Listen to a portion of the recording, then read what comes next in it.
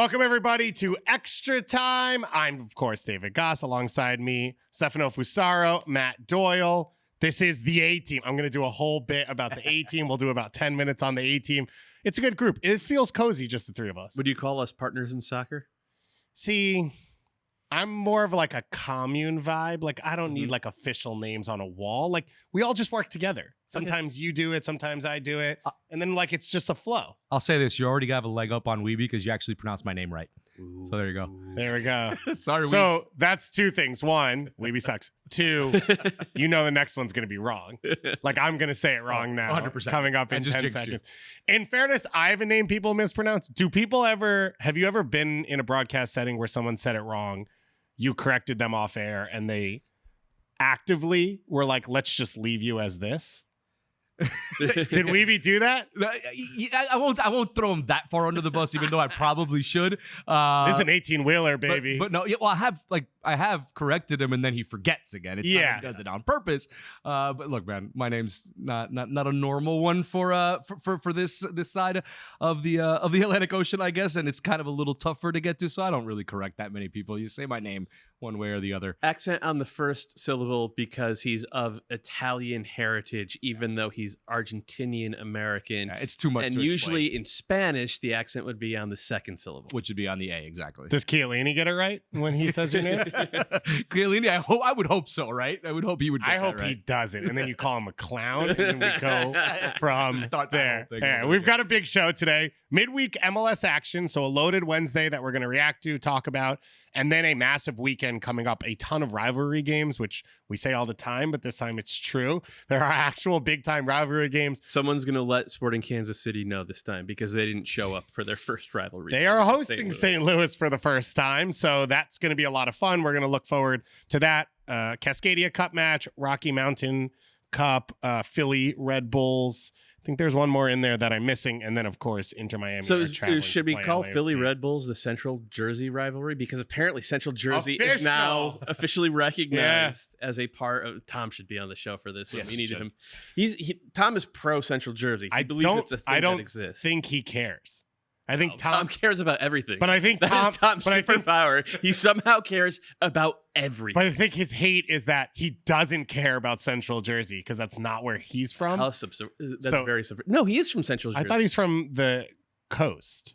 So, yeah, it is Central Jersey. It is. I mean, it is Central Jersey, just on the coast side, but it is. Oh, Central, I thought right? they just called that the shore. I Jersey, thought that was just Jersey Shore. It's a subgenre inside of Central Jersey. Yeah. Okay. Well, I'm just going to guess that we're going to get a lot of angry texts from Tom. So we'll know by the time this show comes out and then is played. We're just pissing everyone off.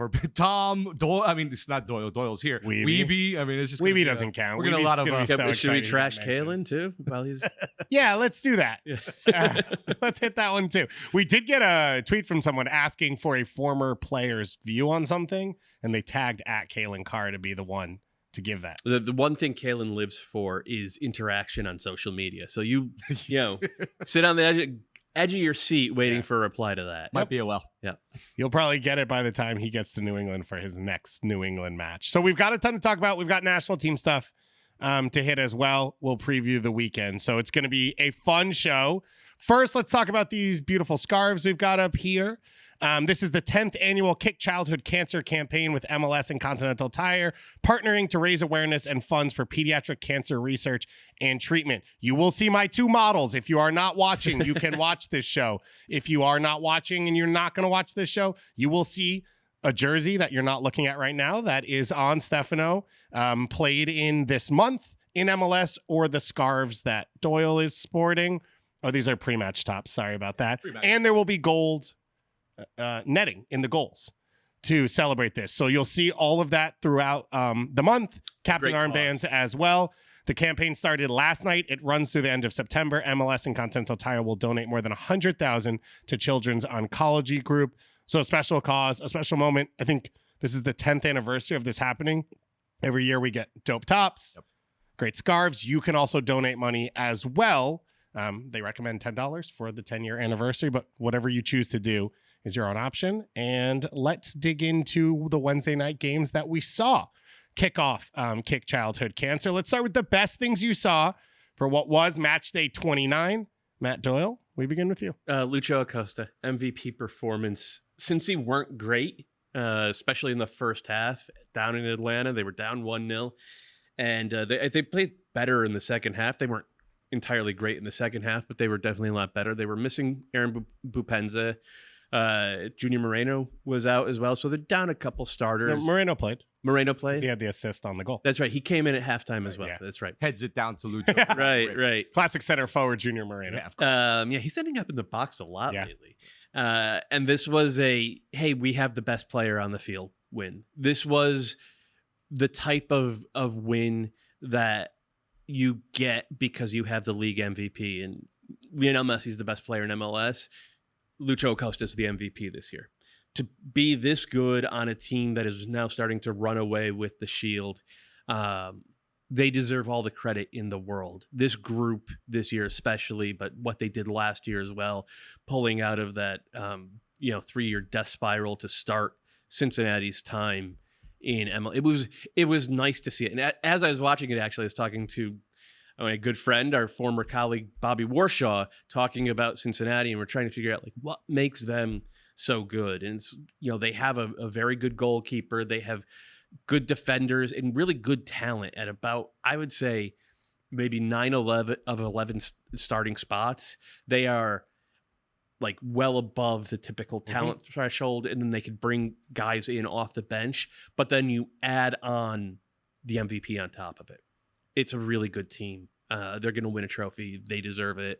That was the best thing I saw last night. Let's put it in perspective, though, because I mentioned the 3-year death spiral they were in. And that they clinched their playoff spot last night. That's true. I forgot about that. That was the key to everything, which was they came from behind. They won 2-1. That clinched their spot in the 2023 postseason. They are the first team to do it. They do it in August. Right. This is a franchise that won 3 straight wooden spoons to start their ever time, and now put it in perspective. Yeah, 2019, 20, and 21, they won 3 straight wooden spoons. Technically, it wasn't awarded in 2020 because that was the COVID shortened year, but come on. Everyone just felt bad for everyone at the time. We were all in a bad spot. They're the club over those 3 years, their goal differential, really it's 2.5 years because, again, 2020 was COVID shortened. Their goal differential was minus 105. Wow. Minus 105 over 3 years before Pat Noonan head coaching. Chris Albright, the GM, came in. For context, it took Chivas USA, which everybody knows as the worst team in MLS history. It took Chivas USA a decade to get to minus 100 goal differential. Cincy did it in 3 years. Cincy. That's impressive. Yeah. I mean, it's almost. If you're going to break records, shatter go them. all the way. Yeah. Cincy, by the way, and not Chivas, are still the worst team in MLS history in terms of points per game. They need a 6-point week. If they have a 6-point week, this will be the week they climb over that all-time record from Chivas USA. So it could still be an even bigger week for this team. Shout out, by the way, to MLS Ref Stats on Twitter for the data here. The Chivas line is 1.109 points per game over their existence as an MLS team. Cincy entering this season were 0.872 points per game. Entering last season, they were 0.659 points per game. Nice. This was an impossibly deep hole that they had to dig out of.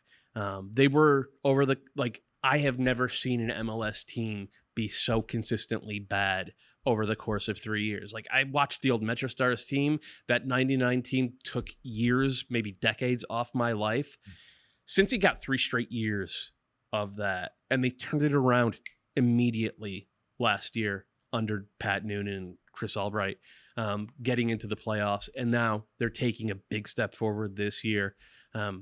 Winning the Supporters Shield, let's just say it, they are going to win the Supporters Shield, and they might set a single season points record while they're doing it.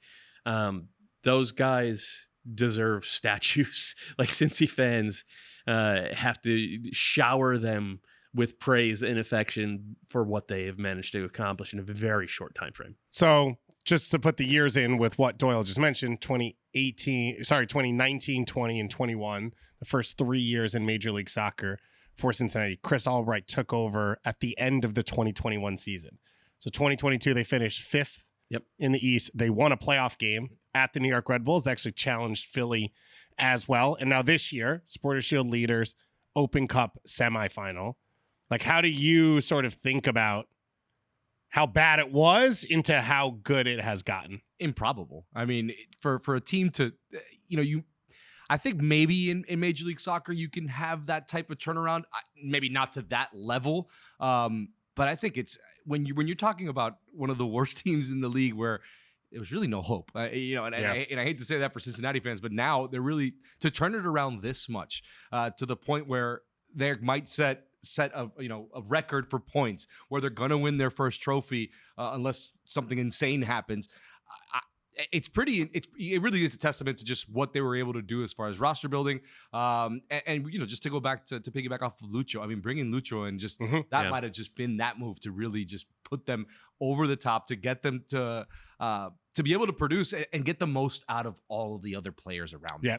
I think that was huge. What fascinates me about this, so in two ways. One is the amount of work they've done to bring players in, and then the amount of players that are actually still on the team from the bad years. Right. I was talking to someone the other day. Them for the Nick Hagglund. Someone was like, "Oh, Nick Hagglund still plays for this team. That's a train wreck." And you're like, "No, he's actually been really good for them." Yeah. Obviously, Brandon Vasquez was already on the roster. Alvaro Barrial was a DP signing and they turned into a left wing back. They also, they lose a guy like Brenner, and they're able to just continue on. They made Brenner work. Right. Credit to Pat, because he was a bust in 2021. Yep. He was one of the worst forwards in the league in 2021. 2022, they build him up to the point where he's an 8-figure sale to a Serie A. He might start for Udinese. Right. They've sold their striker, and so I think there's credit there, which is was not an excuse to come in and say the team is bad, so we have no pressure on us. We're just going to wait till we can flip the roster, and then we'll start being good in 3 years. Which Chris Albright could have said. I think ownership would have signed off on, and fans and us probably would have accepted of like, yeah, it's going to take a while. So they didn't do that. And then while being competitive, they brought in Nebodo. They brought in now Bupenza. They brought in Mascara. They brought in Miazga. They drafted Celentano and signed Alec Khan. They've made Junior Moreno. They've made a lot of moves on the fly now that have become what you said, which is they are competitively, they have a player at top 5 at their position in 9 positions, you could argue. They have depth that other teams don't have that allows them to continue to compete. It's impressive. And they also, beyond that, they also, I think, simplified and put the right pieces around Lucho. Which wasn't a given that Lucho was ever going to be this guy. And playing the 3-5-2 instead of being, kind of a square peg, round hole 4-2-3-1 team, or 4-3-3 team. I still think the 4-3-3 is the best formation if you can play it at the highest level, if you have the right pieces. But not every team is going to find 2 dynamic wingers who can be playmakers and goal dangers and track back and press well. It's really tough to find those types of players unless you have Chelsea's budget, the best teams in the world are the teams that by definition get those players. I think putting Lucho in a situation where he's playing behind 2 forwards, so he's never going to be isolated, and because he's so good, they're never going to be isolated. By the way, they've done a good job of getting a lot of defensive work out of those 2 forwards as well. And then you playing with wing backs, so you're always going to have width, and it's not going to be the most dynamic width in the world on one side or the other, but you are going to have width, and because of that, you're going to have field balance. And then, getting a guy like Nebodo behind him and Moreno, I crushed the Moreno signing when they made it. He has been a bargain, what they paid for him. And then you have 3 center backs. It's super functional. It's not the most compact thing in the world. You look at them play and you're like, ooh, even against Atlanta last night, there were moments where it got a little ragged. They've taken a 4-0 this year down in St. Louis, and that doesn't typically happen to a Shield winner. So there's still stuff that you can do, but everything is just so functional and makes so much sense. And they're not trying to be something that they're not as a team. They understand that Lucho is the straw that stirs the drink, and it's built around that, and he has been worth it. It's not often that they build, and because you just mentioned how many guys they brought in to build this team really around Lucho. How often do you sign that many players, you bring in that many guys, and really not miss on any? Pretty much all hits. Pretty much all hits. Alec Khan would be the largest miss, and who cares? And he only lost his job because the GA guy you drafted. He got Wally pipped. Yeah. He got injured, and Salentano's been so good that you can't take him out. Yeah. Without a doubt. I would say the other thing, credit to Pat Noonan, which is we have seen MLS specific. We have seen coaches had success during the year on something they moved to because they had to, and then spend the whole offseason trying to go back to what they think think, which is like, this is my core, this is who I am. I mean, we saw it this offseason of like multiple teams, Austin maybe one of them, of like, oh, it worked on the fly last year. Rather than go out and solidify the pieces that fit in this, we're going to go back to my true core, my true fundamentals. Pat Noonan hasn't done that. Yeah. Like, I think the assumption was he was going to play the diamond or play whatever Philly plays and try and play the exact same way, and he hasn't gone back to that. And Chris Albright said on that broadcast, I think against the Fire, when he was first hired, he was like, we want to play a 4-4-2 diamond just like Philadelphia. And like, wow, I forgot about that. Yeah. I forgot about it too, but Anders has been in my ear talking over the past minute. There you go, Anders. Credit to you. Credit to Anders for putting us in the position to succeed and then not forcing us back into whatever form he wanted us to be in. So, massive moment for Cincy. They clinch a playoff spot in August. They're now going to play about 2 months of regular season soccer in which they have already qualified for the playoffs. So the first team in, Doyle mentioned they should win Supporters Shield. Supporters Shield alone, worth it. You get a trophy, you're the best team. But there are different Supporters Shields. There are record setters, and then there are, you were the best team. There's 2016 Dallas, and then there's 2019 LAFC. I mean, you get 2016 Dallas and 2017 Toronto FC, right? Like that Dallas team was a lot of fun. They were very good. They won the Shield on like 60 points. Yes. And then the next year, Toronto set what was then the record on 68 points in 2017. And then 2018, we had the best ever Supporter Shield race. Was it not 69 points? No, 2018 was 69 points. Okay. Because it was the Red Bulls in Atlanta going hammer and tongs for that Supporter Shield. And that was the first one I really thought where everybody was going all out to win the Shield. And those two great teams kept pushing each other. And since then, the Red Bulls set the record that year. And that stood for exactly 1 year, because then LAFC set the record in 2019. And that is, to me, that is still the best MLS team I have ever seen. And I know they lost in MLS playoffs, so then, they didn't do the double, so therefore they won't be codified as that. But going by the underlying data, as well as the eye test, that's the best team I've ever seen in MLS. The underlying data does not like this Cincy team quite that much. However, let's just say our friends at American Soccer Analysis, they have an expected points model based upon the balance of games. Expected goals works into it, but also like expected threat, which is where on the field the game is being played, what types of passes are being hit, what types of runs are being made. Cincy rate very well. They rate as a completely worthy Shield winner, but they're much more like the 2021 Revs, which is a team that they are chasing, that currently holds the record for most single season points, 73. Yes. 73 points. To be clear, Toronto was 69. Yeah. Okay. Red Bulls was 71. Okay. Next year. All right. Well, there you go. I messed it up.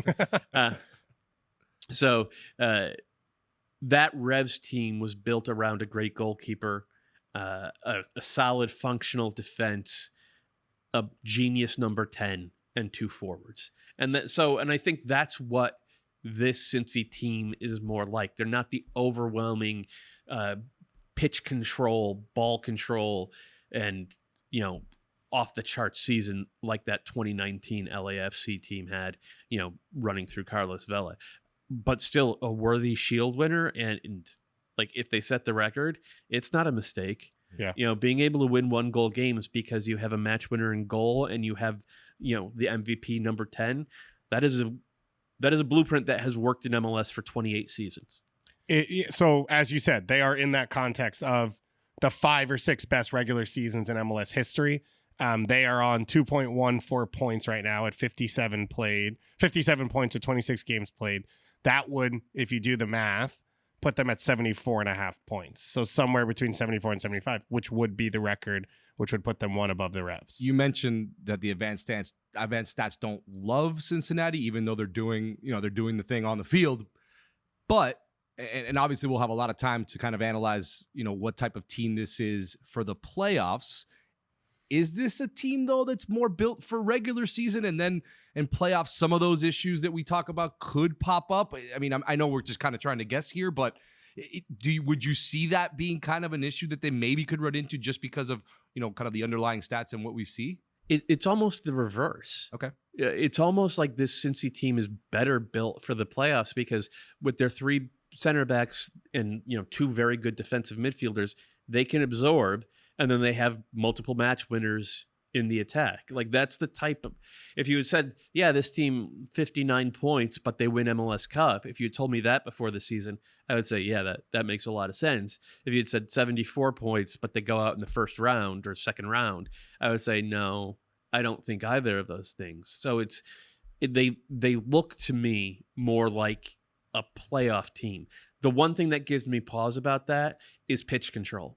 I think you need to be able to dominate Central. If you think about the way, we'll go back to 2019 again, the way the Sounders took apart that LAFC team, they did not let LAFC have central midfield. They didn't try to win it themselves, but they were like, no, we're playing you to a stalemate here, and we know you're going to try to keep coming through here. So whenever you turn the ball over here, we're going to get at you. I'm not sure that Cincy are able to be that compact in that part of the field. They were last year. Down the stretch last year, they were that type of team. It's how they almost knocked Philadelphia out. It's how they went to the Red Bulls. Yeah, that's how they beat the Red Bulls. Beat the Red Bulls. I haven't seen that as much from them this year, and it's a little bit weird if there's one worry to have with this team. Well, there are 2 worries to have with this team. That, and the other one is that the East is a meat grinder. There's legit 7 teams in the East that nobody's going to want to face in the playoffs. It's going to be interesting. It's going to be fascinating. We are obviously going to follow every single week as FC Cincinnati is in a race for history. Once again, right now, they are on pace to break the all-time points record. This is a club that I believe if they win this weekend, this season would tie their total for points in all the years combined. No, those the first 3 years. Yeah. That was an Andrew Wiebe tweet, so you're welcome, Wiebe, for getting that on here. And I didn't screenshot your tweet because I know that's the only way you like to do it, but I still said it on the show. So FC Cincinnati, congratulations to their fans. Congratulations to the team, to the players. Lucho, this is not the first time he has carried them through a game this season. He's been fun to watch. He's been awesome. So enjoy it for Cincy fans. MVP, right? Oh, yeah. I think he's miles ahead of everyone else. I think last night, when we were here trying to talk about that game and hyping it up in the pregames, where it's all about Almada versus Acosta. Obviously, Thiago Almada's an MVP candidate. Yeah. Now we got to make him an MVP candidate. False, Lucho. False. Lucho just tells him, nope, this is my award. It's basically as long as they hold on for the shield, it's got to be his award. Yeah, I'm there too. Yeah, most important player on the best team. I mean, it's without a doubt. Yep. Let's go to yours. What's the best thing you saw? How insane has the LA Galaxy season been? Just from the injuries, Chicharito, from the fans protesting earlier in the year to now, out of nowhere, winning a ton of games and being just 5 points out of the playoff race. They win a big matchup against the Cali Clasico against San Jose. A wild game too, right? They go up, then they go down. They're able to win it at the end with a Joveljic PK. Ricky Puig does his thing. I'm just completely shocked to see a team. Obviously, they get some signings coming, Cirillo, Yoshida, and they've really been able to turn it around. They had the transfer ban as well. They were having to bring guys in from MLS until Yoshida comes in. It's pretty insane that they've been able to turn it around that much, and I think it's pretty impressive just from where they were to where they are now, where they look like a competent, solid team that can absolutely fight for a playoff spot. Yeah, it was a big win for them. They have now won 4 of their last 5 in MLS. They've won both their games since the Leagues Cup because they had the one game. Right. Only 1 loss in 10. Fagundes actually getting on the field. No jersey snafus this time, so he's able to make his debut. Now we do have to kind of check it out because in that game midweek, Puig comes off in the 80th. Douglas Costa. Did you guys hear Vanny's quotes after that game about Costa? Popped his own shoulder back in, and then we'll see how it is for the Saturday. Yeah. That's kind of crazy. But even Costa's a perfect example, I feel like, from what we've seen to this team, where early in the season, it's like, what are you doing? I mean, who is this player? That's like not potentially the worst contract in MLS. And then all of a sudden decided one day to play after. Contract push Costa. You know how that goes. But he finally starts producing and being the player that I think LA thought they were getting at the beginning of this, beginning of him coming to this team. But like we said, in MLS, it really takes a lot for anybody to be fully dead. And the Galaxy have just kind of rose from the dead right now, and we're seeing it happen. Costa's got 7 assists in 700 minutes, so it's basically an assist per game. I believe that's in 9 starts. But like you said, he went out now. Tyler Boyd scored in back-to-back games, so that's an option on the wing. Diego Fagundes, as you mentioned, made his debut, so they could cover for Costa if they had to. Joveljic hadn't scored in, I believe it was months. Yeah. He got the penalty. Killing my golden boot dream. Yeah. Oh, is he on your team? Yeah. I have him and Chicharito. Not only does he score, but it feels somewhat, I don't know, strong, whatever you want to say, that Ricky Puig. It was a good vibes moment. Him take the right? penalty, yeah. Like your best player, and Ricky Puig is their best player, and still one of my favorite players in the league to watch. And not that Ricky has been money from the spot. I think he's missed a couple. But letting Joveljic... Not as many as Chicharito, but he has missed. Letting Joveljic take it in such a huge moment, that is the type of thing that makes you believe that, okay, it's still highly improbable that the Galaxy can pull this off. But they play 6 games in September. 4 of them are at home. Yeah. And is anybody in the Western Conference playing better soccer right now? Maybe the Dynamo, who they host. Yeah. But like, it's not a long list. And none of those teams are in the playoff race. Right. Like the teams they need to knock out. Well, so the Galaxy are in 13th right now. Mm-hmm. So it's fair if you're at home saying, why are we even wasting our time with this conversation? They have played the least amount of games in the league. They've only played 24 games. As Doyle said, they have a lot to make up. So they have 2 games in hand on 10th, 11th, and 12th, who are Austin, SKC, and Portland. They have a game in hand on Dallas in 9th.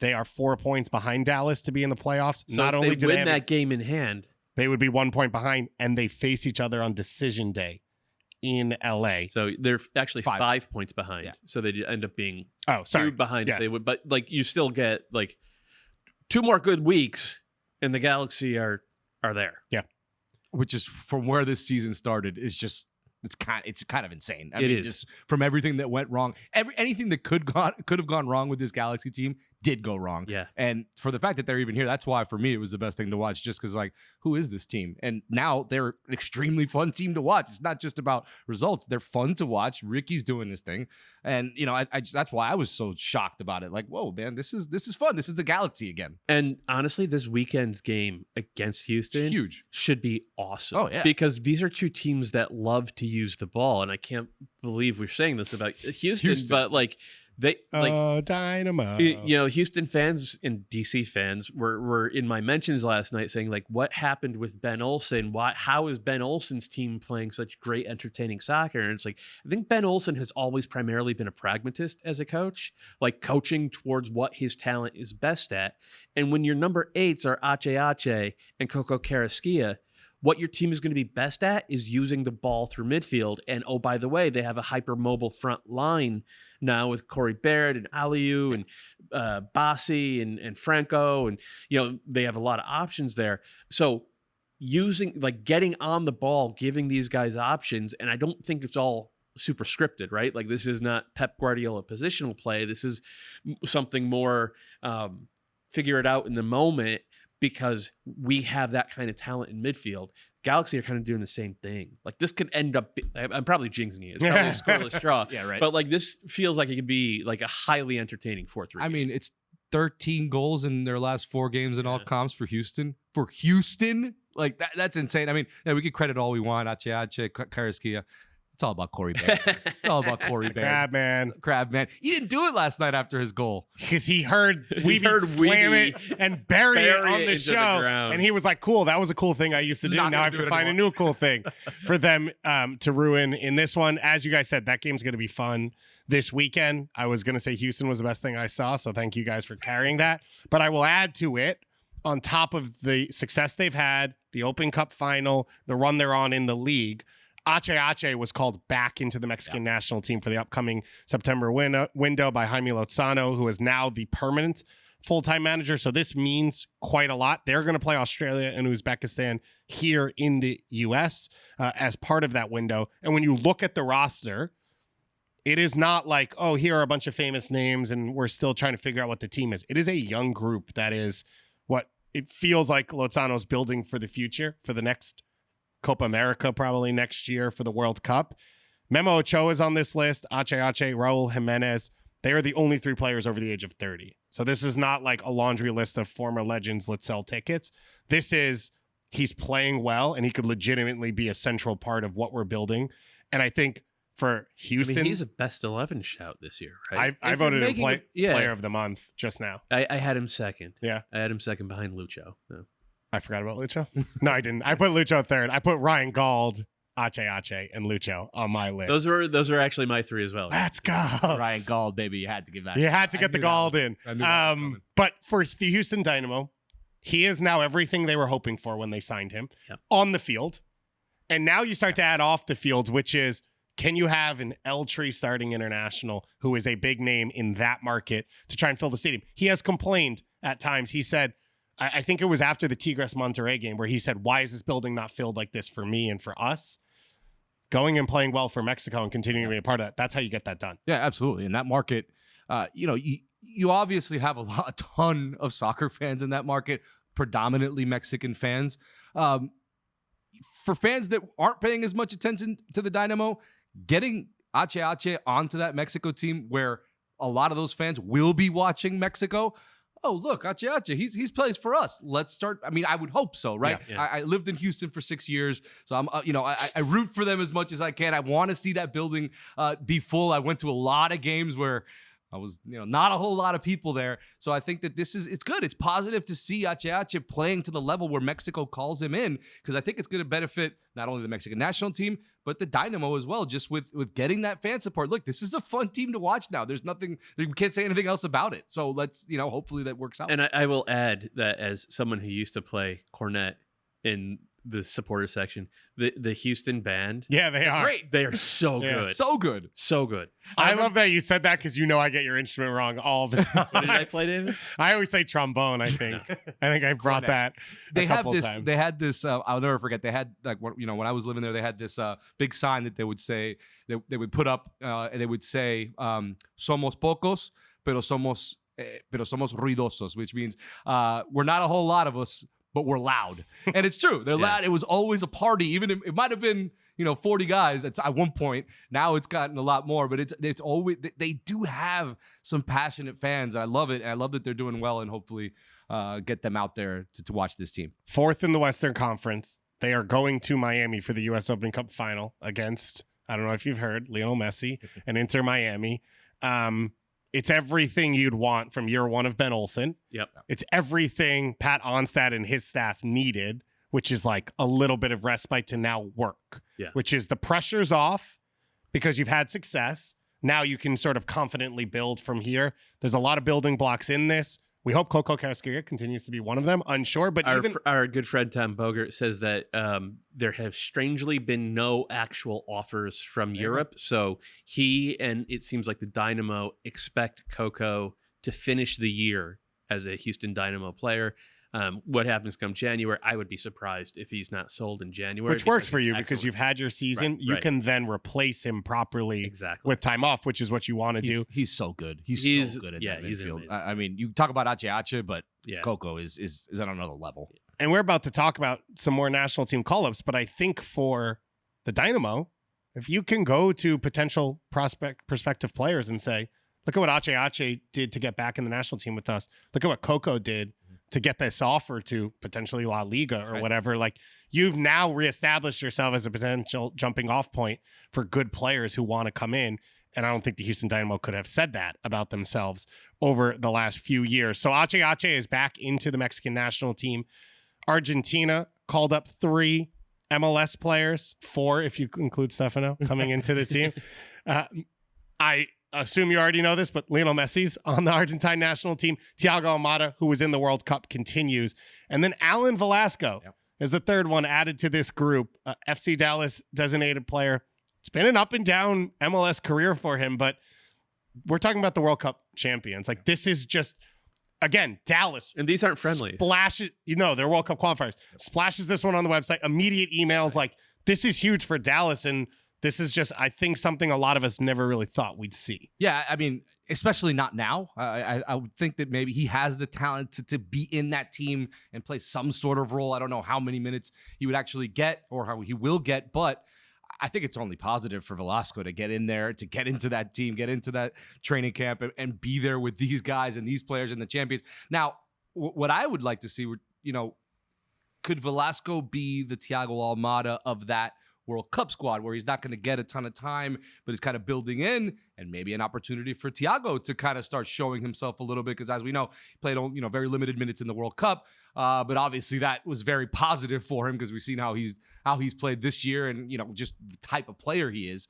But I think it's going to benefit. I think FC Dallas will see the difference in Velasco. If he gets called up now, he gets maybe called up again next month. If he can stay healthy and keep playing, I think you're going to start seeing kind of the benefits of him being around those type of players. My theory is they would see more benefits if they played him as a number 10. Yes. Yeah. Which they have the last 3 games. He played more. It was back to a single pivot is more of a against midweek. Yeah. But against Austin, he did kind of play. He was the 10. For a little. I mean, I don't know about the whole game. They didn't have Jesus Ferreira for that game, which was part of it as well. He was more to the left side and as kind of like a free 8. And look, he can execute that scheme that Nico Estevez asks for, which is all about pitch control. I think he's better in given a free role like what we saw against Miami, where he was able to just find the game and create and put guys into transition and put guys into spots to make plays. And that was the single best game. Like, that game got him this call. Yep.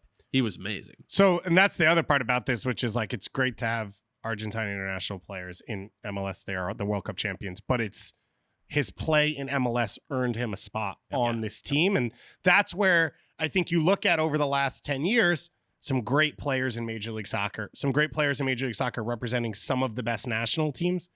There's that top. We talked about it all World Cup. 14 teams, 10 teams in the world. It's really, in reality, it's about 10. And there hasn't really been a guy plays in MLS and plays for those teams. Yeah. Messi will shift that because Messi's Messi and you signed him as that. But to start having guys break into those teams because of the way they play in MLS, that would be a turning point. It's a landmark moment. Yeah. It actually is a landmark moment for the league. And let's hope that Almada and Velasco go, where are they playing? Bolivia? It's Bolivia. It's at home. At home against Ecuador, and then against Bolivia and La Paz, which is if you don't know, maybe the idea is to bring the 20-year-old kid and let make him empty the tank for 60 minutes in La Paz, and then so Ecuador at home and then at Bolivia. So let's hope these guys cover themselves in glory, do very well, because that's good for them, obviously, but it's great for the league. Yeah, Velasco. Do you remember Velasco gets Messi's jersey after that game in Leagues Cup? I wonder if Scaloni saw that and was like, "Hey, Leo. What's up? What's up with this guy?" Velasco wrote his phone number in it for Messi and was just tell your boys to call me. We'll see what happens. Congratulations to all the other players called up. A ton of players across Major League Soccer. You can go to MLSsoccer.com. Each team's announcing them. I mean, half of Finland, half of Paraguay. Congrats to Carlos Cornell. He just got his first call up to his mother's native, Paraguay. That's very good. Very underappreciated goalkeeper. Super underappreciated. And could be the starter for that national team. He's only 26. He's been a locked-in starter. Yep. He's been one of the top 5 in MLS since he's become a starter here. So those are all of the other national teams outside of CONCACAF. Of course, the U.S., a big one as well. Not an MLS-heavy roster because of MLS heading into the playoff time. But the U.S. will play Uzbekistan and Oman in this window. I don't want to spend a ton of time on this now because we'll do it more as the games come along. Just give me like one big thought. The big thought is that there's just not much to complain about. The U.S. is at a point in terms of the amount of talent that we have. It's deeper and with younger talent than we've ever had before. And it makes it fun, but it takes some of the drama and the angst out of these call-ups, as does the fact that we're already qualified for 2026. But looking at it, if I had to pick at one scab, I don't think Johnny Cardozo has been good at all he's gotten like 7 or 8 camps at this point. Meanwhile, Tanner Tessman is out there captaining Venezia and scored a banger of a free kick, doing everything that you would want from a game controlling number 6. Granted, it's Serie B, but they're probably in line for that's promotion. where Christopher Lund plays. There you go. Left back at Palermo. The left Serie back B is on the radar. That's a professional segue. Right Yeah, thank you. A Danish American who has apparently already filed his switch. Yeah. Oh, nice. So he is officially a one-time switch. So Yes. he is officially U.S. national team 21-year-old. for life. I have a Danish friend who is pretty disappointed by that. Congratulations, Doyle. Yes. That's always a nice some little of my best brag. friends are Danish. They're but very no, expensive friends, I would assume. There's not a lot to complain about. I'm looking forward to these games, but I'm not like pulling my hair out about it. That would be tough. Anything for you before we move on? Drake Callender, I think it's awesome to see him in. He's been Go Cal Bears. incredible. I mean, bar Messi, he's been the most important player for Inter Miami because he's kept them in games where they probably should have conceded a bit more. So I'm really happy to see him in there. Benja Kramaski, as we know, he's also eligible for Argentina. He gets his first call up to try to kind of bring him into the fold. He's been great, and you're seeing the Messi effect even reach the U.S. national team. I will say that I have one complaint. Okay. Ooh. Why isn't Lucho Acosta on this team? Is he not? I don't think he's allowed to. Eligible yet? Yeah. We have to. I'm just like beating that drum because I would love to see for it. sure. It'd be so fun. Also, really it's very USMNT fan of you to demand a thing that can't happen and then be like, Berhalter, He's come been on. spending a lot of time. Yeah. Am I right, Triple G? Like, honest to God, if we could get Lucho eligible in time for Copa America, Man, So it's just so fun. my understanding, and Anders in my ear, thank God we stopped talking about LAFC 2019 so I could listen to the rest of the show because Anders was jumping through the roof. But he is still working on his process, so he cannot be a part of it. Congrats to Kramaski, as you said, who got called in. He's been a part of Argentine's U20 camps in the past, U.S. Youth National Team camps as well. So the U.S. and Argentina traded Velasco for Kramaski, and that's just all it is. Yeah. Let's start digging into this weekend because, as I said, we've got a big weekend coming up. We've got our MLS squad picks here. You can join our league. This is Extra Time's league, so you can go to MLSSquadPick.com to play, or you can click out the link that we'll tweet from the Extra Time account to join the official Extra Time league. Use code EXTRA. That's all caps. EXTRA. You pick 5 players for your squad. If they all score in the same match day, you win. You can win a free jersey, a $160 gift card to MLS Store if all your players score. And then each round you play gives you 1 entry for the $10,000 grand prize at the end of the season. We have done this before where we collectively pick a team. I don't think we've ever won. I don't think all 5 of our players have ever scored. I don't think it's going to happen this week based off some of the names you guys gave me. But now we have a league for you to watch us fail, and you can succeed over us, and you can lord it over us. And we absolutely would love to engage with you while you do that as well. So feel free to screenshot, tweet at us at Kalen Carr 2Rs or CA2. Boy, let me figure it out so you can get it right. Sure that you can get that tweet in. I'm going to start us off. My first pick was Chicho Arango. It's a Rocky Mountain Cup. It's just at Kalen Carr. No spaces. Okay. No numbers or anything. CALENCARR. He loves to hear from people on Twitter. So tweet him your team. Chicho Arango, Rocky Mountain Cup. The Rapids gave up in the Minnesota game. I don't like to say that very often. It was clear the way, especially Pookie gets in on the last goal. It's a great goal. It's a great run from Tajiri Shradi to set him up. Every head drops from the Rapids before the ball's in the back of the net.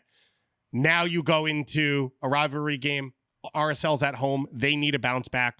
Arango will start after coming off the bench midweek He's been dangerous when he gets chances. There are chances out there against the Rapids. So I'm going with that, with Chicho Aranago to start. Also a reminder, you can watch Rocky Mountain Cup this weekend. That's the first pick. Did you, who crabman this? That was you? You have the second pick. I was going to say, like, it's not, probably not a smart pick just because it's good. At some point, all four of us are going to score except Corey Baird. Yeah, 100%. It's going to be me. It's be my fault. No, there's zero chance any of these players score. Yeah, 100%. I mean, I'll say there's one guy on the list that might score. But like I said, it probably isn't the smartest pick just because this scoring run has to end at some point for Corey Baird. But I mean, he's playing the night and just doing the thing for Houston, and he's getting opportunities and he's putting them away. And they're playing an LA team that's not exactly a lockdown defensive. They gave up 2 goals to a San Jose team that struggles even in a win. Yeah. Right. So yeah, I think it's fair to say Houston will score. Corey Baird most likely to do it. So Corey Baird, our second pick. They play at the Galaxy, as you mentioned, 2 hottest teams in the West. Who was your pick? I went with Sam Surridge. He didn't play midweek, and I thought that was because he was being rested. Turns out he has kind of a knock and may not be able to play on Sunday, but I'm going to go out on a limb and say that Gary Smith finds 45 minutes for the young man who in Nashville are playing Charlotte at home, and Charlotte have been decent of late, but they're still weak defensively. They give up a lot of chances and they can be manhandled in the box, and Surridge is just classic English center forward, so I think he will figure out a way to put the ball in the back of the net. Based off the rules of the game, you're also allowed to change your team up until kickoff of that player. So if Sam Surridge didn't start, you could jump in and say, before the first game of the match day. That's what Anders just told me. So that's not super helpful. Yeah, because it's 3:30 p.m. on Saturday. NYCFC host Vancouver. I almost picked Brian White. Yeah. Yeah. Not a bad shout. Brian White, he's in form, man. And he is in form, but here's the thing. It's another road game. Yeah. It's on short rest. Vancouver have already won 2 in a row on the road. NYCFC played really well. They're playing desperate.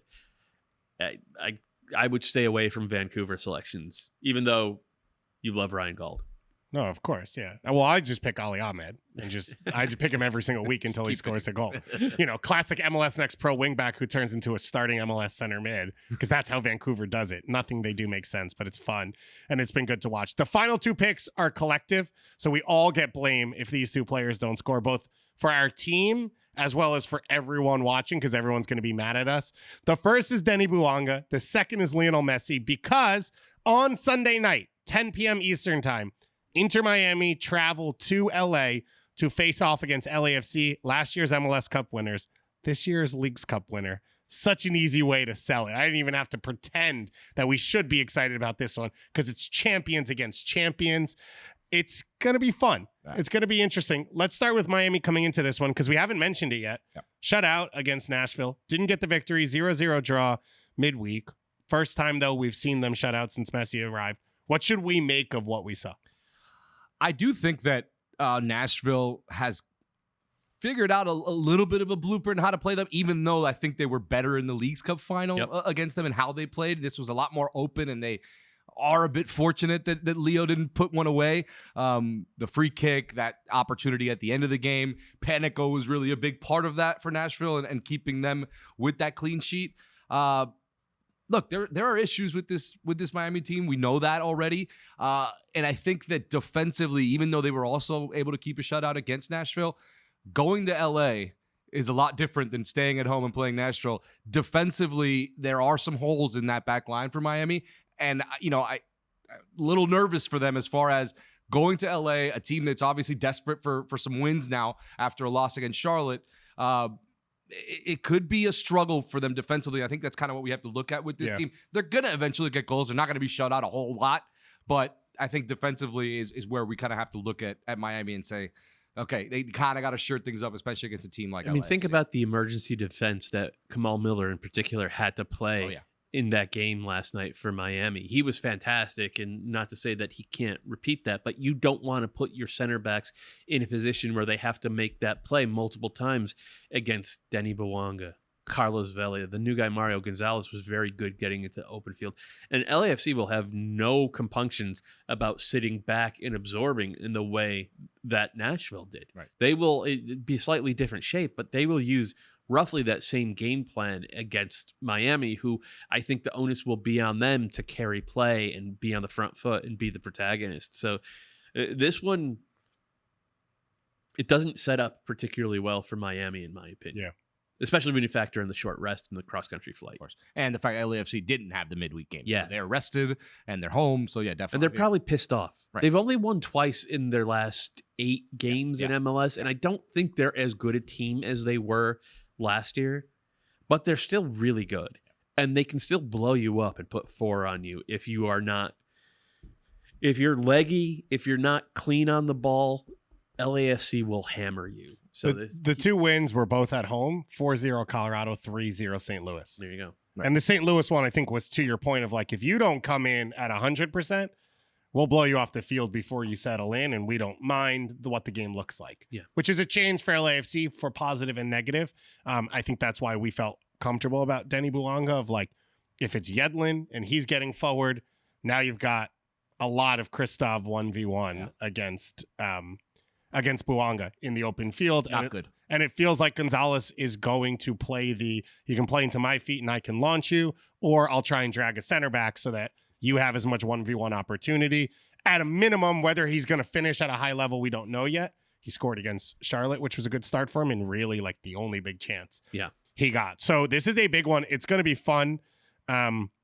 Miami sort of doesn't have a lot of points to drop. So going at LAFC after midweek, that's not considered points you should get, but they drop points against Nashville. There are not a lot of spaces for them in all of this. So that game's going to be 10 p.m. Eastern time on Sunday night, the only game at that time. So everyone can lock in, watch it, of course, on Apple TV, on MLS Season Pass. It's going to be a lot of fun. One news note before we move out of this one, Tom Bogert reporting, so lock it in, because you know it's a fact then, that Mamadou Fall has agreed a deal to go from LAFC to Barcelona. It will be a loan with a purchase option.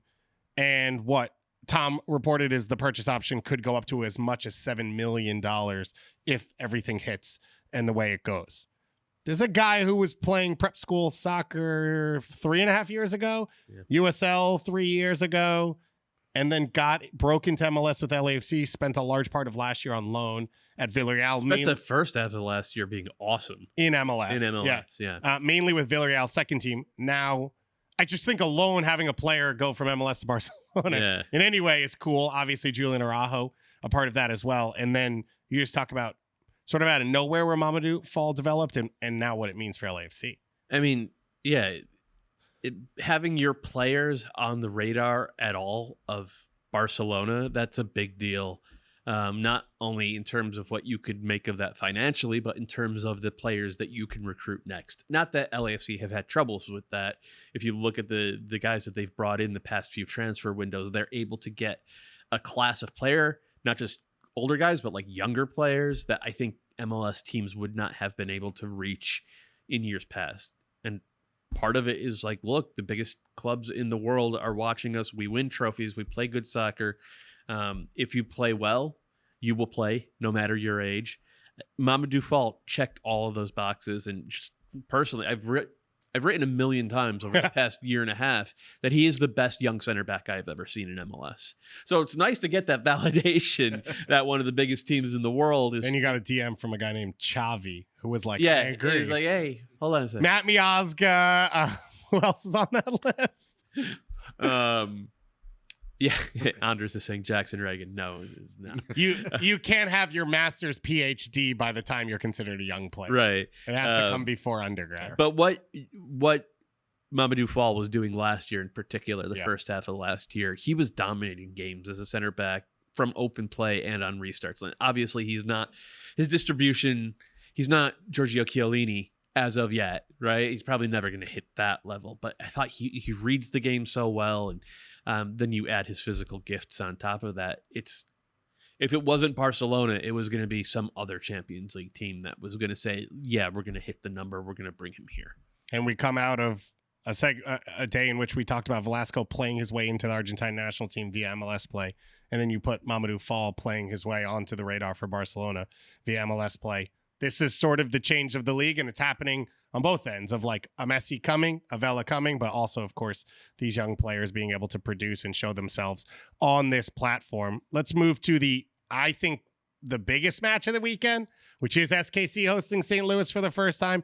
It was a 4-0 loss last time for Sporting Kansas City in this matchup. It's been a lot different since then for SKC. Not perfect, still outside the playoff line, but I think going into the first matchup, they'd only won 2 games over the course of the first 11 games of the season, or whatever it is.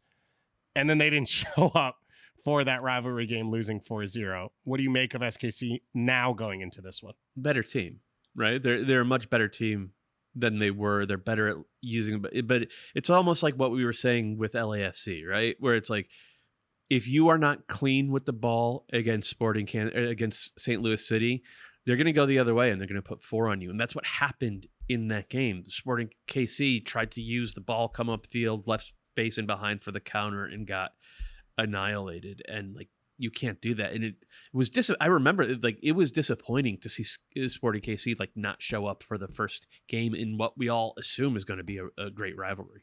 Yeah, without a doubt. And you know that the Kansas City fans are waiting for this one after that last matchup against St. Louis. That rivalry really starting to kindle so early in kind of, you know, their matchups. It's so crazy with St. Louis. I still don't really understand how they continue to do this. Obviously, they have the personnel for Bradley Carnell to really implement what he wants to do and do it well. But also the injuries that they've won 2 games this week where it's like they didn't even look like they thought they were going to win. Right. It was just like, let's throw out a team. Let's see what we have. They've worked Klaus back in, which is exciting. Also when Joaquini's out as well now. So they get Klaus back, but leader in goals is Joaquini now, and he's not there. So it's just interesting to see. I still don't get it. I still don't get how they're doing it, but it's so fun to watch. It is a lot of what we talked a bit about with Cincinnati and the Revs a few years ago of like, sometimes when you're a top team in MLS, you win games you think you shouldn't. Right. And if you win a lot of them, you go up there. But St. Louis, they have a clear identity. That's the other part of this that's fun, which is Peter Vermees has a clear identity in MLS of how the game should be played, how he's built his team, what he wants to do. It is owning the ball. Possession is life. It's oxygen. It's air. It's how they want to play. And then Bradley Carnell is on the other side of that spectrum. So you add in the rivalry between the regions, the people, the city. I say it all the time. I think just blue versus red, it's a clean. You already don't like each other if you're wearing those colors, facing each other. And then you add in the soccer part, which is like, there is an extent, and we saw it in New York between NYCFC and Red Bulls of like both sides, it becomes your identity. And you want to prove that you're right about the way the game should be played, about the way you play it.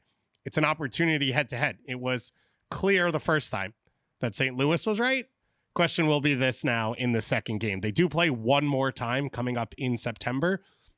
So that'll be the rubber match.